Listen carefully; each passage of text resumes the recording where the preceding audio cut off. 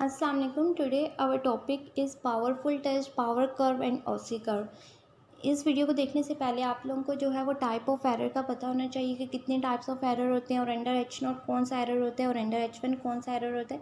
आप लोगों को alpha beta one minus alpha इसका बेसिक कॉन्सेप्ट पता होना चाहिए। अगर आप लोगों को वो नहीं पता तो मैं डिस्क्रिप्शन में जो है वो लिंक डाल दूँगी, पहले आप लोग जाकर वो वीडियो देखना, फिर इस वीडियो को देखना। चलें आज का टॉपिक स्टार्ट करते हैं। जो सबसे पहला हमारा टॉपिक है वो है हमारा पावरफुल टेस्ट। अब पावरफुल टेस्ट हमारे पास वो टेस्ट होता है, ऐसा टेस्ट जिस टेस्ट का जो है बीटा स्मॉल हो और वन माइनस बीटा, जो कि वन माइनस बीटा को हम क्या कहते हैं, पावर ऑफ द टेस्ट भी कहते हैं। पावर ऑफ टेस्ट जो हो वो लार्ज हो, ऐसे टेस्ट को हम क्या कहते हैं, पावरफुल टेस्ट। यानी ऐसा टेस्ट जिसका बीटा जो है वो स्मॉल हो और वन माइनस बीटा जो वो लार्ज हो, उस टेस्ट को हम क्या कहते हैं, पावरफुल टेस्ट कहते हैं। अब इसके बाद जो होता है हमारे पास पावर फंक्शन होता है। पावर फंक्शन जो होता है हमारा अंडर एच नॉट भी होता है और अंडर एच वन भी होता है। पावर फंक्शन की डेफिनेशन यह है कि probability that reject H naught when the true value is theta.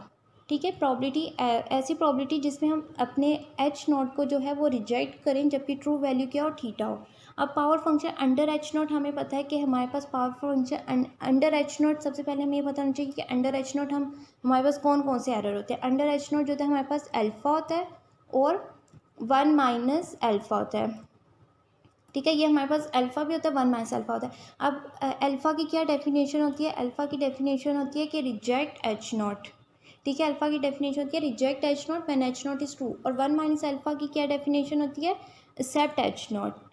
ठीक है, अब हमारे पास पावर फंक्शन की हमने डेफिनेशन क्या पढ़ी है, कि हमने पढ़ी है probability that reject H not. ठीक है, अब probability that reject H not है तो हमने देख लेना कि power function under H naught हमारे पास जो है वो रिजेक्ट एच नॉट कौन से वाला है। अल्फ़ा रिजेक्ट, अल्फ़ा को हम रिजेक्ट एच नॉट करते हैं या वन माइनस अल्फ़ा को करते हैं। अल्फ़ा को करते हैं ना, तो इसके power function under H naught हमारे पास क्या आएगा, रिजेक्ट एच नॉट आएगा, जो कि एच नॉट इज़ ट्रू या थीटा इज़ ट्रू। अब power function under H one देखें तो पावर फंक्शन की डेफिनेशन तो सेम ही रहेगी कि probability that reject H naught. अब power function under H naught हमारे पास क्या होता है, अब बीटा होता है और वन माइनस बीटा होता है। ठीक है, अंडर एच वन हम ये इन दो अगर अंडर एच वन की वैल्यू हमें गिवन है, यानी अल्टरनेटिव हाइपोथेसिस की वैल्यू गिवन है, तो हम या तो बीटा निकाल सकेंगे या वन माइनस बीटा निकाल सकेंगे। अंडर एच वन की वैल्यू में हम अल्फ़ा और वन माइनस अल्फ़ा नहीं निकाल सकते। अच्छा, अब इसकी क्या डेफिनेशन है, बाय डेफिनेशन इसकी यह ना कि probability that reject accept H naught when H one is true. ठीक है, और वन माइनस बीटा की क्या हमारे पास डेफिनेशन होती है कि probability that reject H naught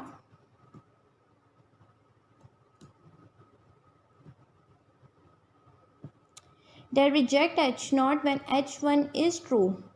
अब पावर फंक्शन हमने निकालना है। अब हमने खुद देखना है कि power function under H one हमारे पास अल्फ़ा, अब वन माइनस बीटा आएगा या बीटा आएगा। अब हमने पावर फंक्शन देखना है, पावर फंक्शन में तो हमने रिजेक्ट वाली प्रोबेबिलिटीज़ लिखनी है, तो इसलिए हमारे पास power function under H one कौन सा होगा, वन माइनस बीटा होगा, जिसकी डेफिनेशन क्या है, reject H naught when H one is true. अब पावर फंक्शन समझ आए। पावर फंक्शन जब भी आपको कहा जाएगा तो आपने power function under H not भी निकालना है और अंडर एच वन भी निकालना है, और अंडर एच नॉट हमेशा अल्फ़ा को निकालना है, और अंडर एच वन में हमने क्या निकालना है, वन माइनस। अब जो नेक्स्ट हमारे पास आता है वो आता है कि power function curve, power curve और ऑसी कर्व। अब इन तीन कर्व को जो है हम ग्राफिकली देखेंगे। मैंने जो डिस्क्रिप्शन में लिंक डाला होगा उसमें जो है इनके न्यूमेरिकल भी हुए होंगे, अल्फ़ा वन माइनस बीटा के जो है वो न्यूमेरिकल भी होंगे, लेकिन अब इस वीडियो में जो है हम इनको ग्राफिकली देखेंगे। अब पावर, सबसे पहला जो होता है पावर फंक्शन कर्व होता है। अब मैंने आप लोगों को बताया था कि पावर फंक्शन जो होता है वो हमारे पास अंडर एच नॉट भी होता है और अंडर एच वन भी होता है। अंडर एच नॉट जो होता है वो अल्फ़ा होता है और अंडर एच वन जो होता है वो वन माइनस बीटा होता है। अब पावर फंक्शन कर्व में हमारे पास ये होगा कि जब हम अपने कर्व में जो है अल्फ़ा और वन माइनस बीटा इन दोनों को इकट्ठा प्लॉट करेंगे तो उस प्लॉट को हम क्या कहेंगे, पावर फंक्शन कर्व कहेंगे। अब पावर कर्व में हमारे पास ये होगा कि जब हम सिर्फ वन माइनस बीटा यानी पावर ऑफ द टेस्ट की वैल्यूज़ को अपने प्लॉट करेंगे अंडर एच वन, तो वो हमारे पास क्या होगा, पावर कर्व होगा। और ओसी कर्व में जो होता है हम अपने बीटा, अब जो बीटास होते हैं उनको बीटास को निकाल कर अपने उनको प्लॉट करते हैं, तो उस कर्व को हम क्या कहते हैं, ओसी कर्व कहते हैं। और अब इसको हम ग्राफिकली देखते हैं तो तब आप लोगों को ईजिली समझ जाएगा। जो सबसे पहला टॉपिक हम करेंगे वो करेंगे ओसी कर्व को, ठीक है, ओसी कर्व को करेंगे। अब ओसी कर्व में मैंने क्या बताया था कि ओसी कर्व में हम किस को ड्रॉ करते हैं, हम बीटास की वैल्यूज़ को करते हैं। जब भी हमें कहा जाएगा कि एच अंडर, अब हमें पता है कि बीटा किस में निकलता है, H1 की वैल्यूज़ पे निकलता है, क्योंकि बीटा को हम किस पे निकालते हैं, अंडर H1 पे निकालते हैं, ठीक है।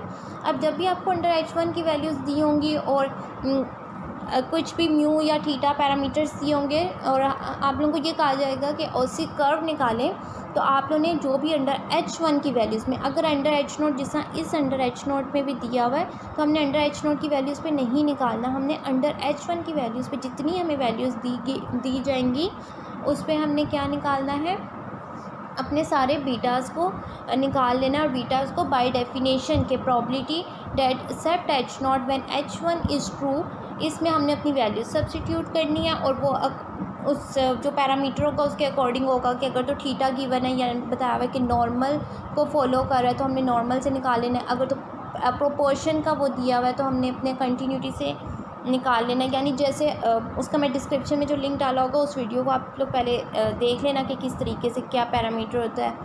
तो हम बाइनोमियल लगाते हैं, नॉर्मल लगाते हैं, या कंटिन्यूटी लगाते हैं, पॉइजन लगाते हैं, जो भी है, ठीक है। अब ठीक है, हमें जो है ये पैरामीटर्स की जो हैं वो वैल्यूज़ गिवन थी 0.1, 0.2, 0.3, 0.4, 0.9 तक हमें क्या वैल्यूज़ गिवन थी, अंडर H1 की वैल्यूज़ गिवन थी, ठीक है। हमने क्या किया, हमने बीटा सब पे निकाल लिया, ठीक है। जब बीटा हम सब पर निकाल लेंगे तो हमने इसको ग्राफिकली ड्रॉ करना है। अब मैं सिर्फ एक ग्राफिकली ड्रॉ करके बताती हूँ कि किस तरीके से हम करेंगे। हम जो वैसे जो ग्राफ बनाते हैं सिंपल ग्राफ वैसे ही करेंगे, ठीक है। ये देखिए, ये अब इधर जो है हम अपने पैरामीटर्स की वैल्यूज़ लिखेंगे, जैसे कि हमें ओसी कर्व में क्या क्या गिवन था, 0.1, 0.2 और 0.9, ठीक है। और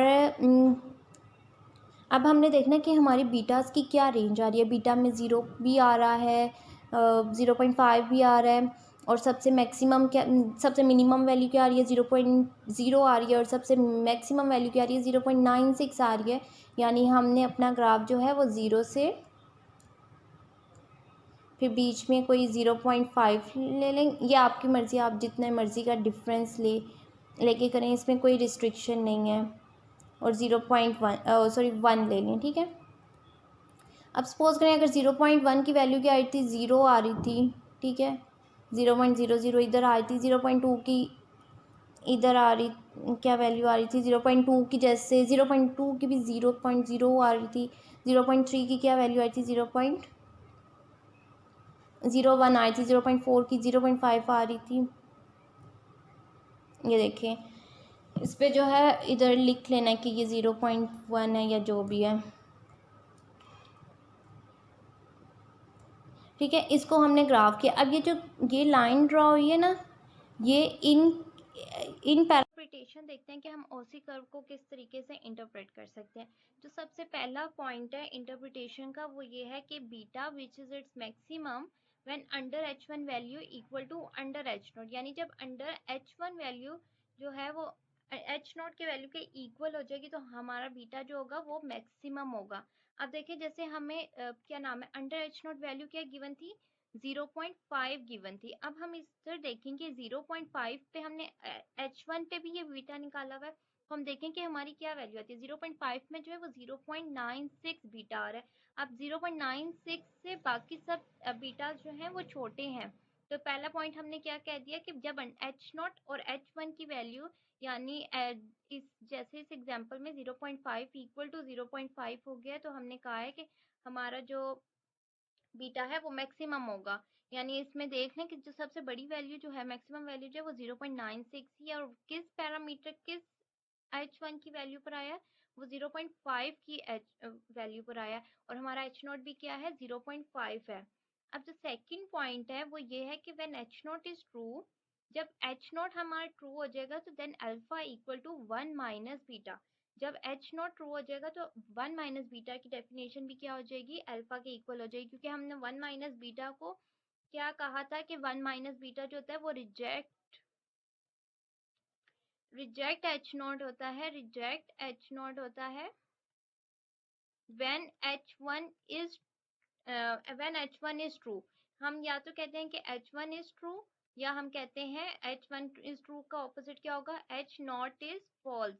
हम बीटा की डेफिनेशन कहते हैं ना कि वो ये होती है कि reject H0 when H1 is true या H0 is true, H0 is false। तो इसमें क्या, जब H0 ट्रू हो जाएगा यानी H0 false होगा ही नहीं, H0 ट्रू होगा तो अल्फा की डेफिनेशन क्या हो जाएगी, 1 माइनस बीटा के इक्वल हो जाएगी। तो अब अगर 1 माइनस बीटा की डेफिनेशन अगर हम देखें तो ये होती है ना कि reject H0 when H0 is false.